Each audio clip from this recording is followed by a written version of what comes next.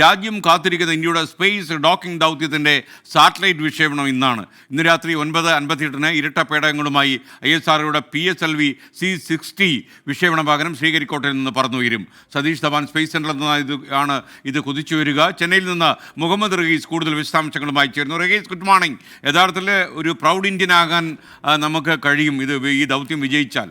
Okay, പറയൂ വിശദാംശങ്ങൾ. തീർച്ചയായും SK 2024 ISROയെ സംബന്ധിച്ചിടത്തോളം ഇന്ത്യയുടെ ബഹിരാകാശത്തെ വിപ്ലവകരമായ മുന്നേറ്റങ്ങളെ സംബന്ധിച്ചിടത്തോളം വളരെ പ്രധാനപ്പെട്ട വർഷമായിരുന്നു. അതുപോലെ തന്നെ 2025 മാറുമെന്ന കാര്യത്തിൽ സംശയമില്ല. അപ്പോൾ 2024 അവസാനം ഇന്ത്യ ഏറ്റവും പ്രതീക്ഷ വയ്ക്കുന്ന ഒപ്പം അഭിമാനത്തോടു കൂടി കാത്തിരിക്കുന്ന ഒരു നിമിഷത്തിനാണ് ഇന്ന് രാത്രി നമ്മൾ സാക്ഷിയാകാൻ പോകുന്നത്.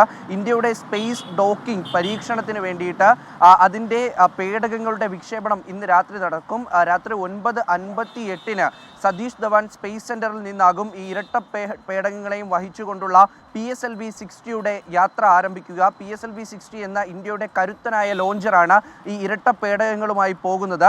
ശേഷം ഈ സ്പേസ് ഡോക്കിംഗ്, ഇതിനെ സ്പാഡെക്സ് PSLV 60 സ്പാഡെക്സ് എന്നാണ് ഈ ഒരു ദൗത്യത്തിന് പേരിട്ടിരിക്കുന്നത്.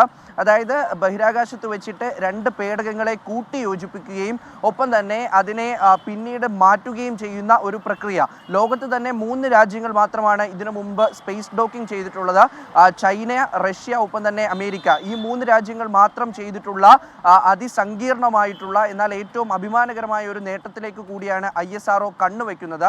ഇന്ത്യയെ സംബന്ധിച്ചിടത്തോളം ഇത് വളരെ നിർണായകമാണ്. കാരണം ഇന്ത്യയുടെ ബഹിരാകാശ നിലയത്തിന് വേണ്ടിയിട്ടുള്ള പ്രവർത്തനങ്ങൾ ആരംഭിച്ചിട്ടുണ്ട്. ഒപ്പം തന്നെ ഈ പറയുന്ന ഗഗൻയാൻ മിഷൻ, അതുപോലെ തന്നെ ചന്ദ്രയാൻ 4ൻ്റെ ദൗത്യങ്ങൾ, മറ്റ് നിരവധി ദൗത്യങ്ങളൊക്കെയും ഈ സ്പേസ് ഡോക്കിങ്ങുമായി ബന്ധപ്പെട്ട് കൂടി കിടക്കുകയാണ്. അങ്ങനെ ഇരട്ട പേടകങ്ങൾ കൃത്യമായി ഭ്രമണപഥത്തിൽ എത്തിക്കുക. റഹീസാണ് വിവരങ്ങൾ നൽകിക്കൊണ്ടിരിക്കുന്നത്.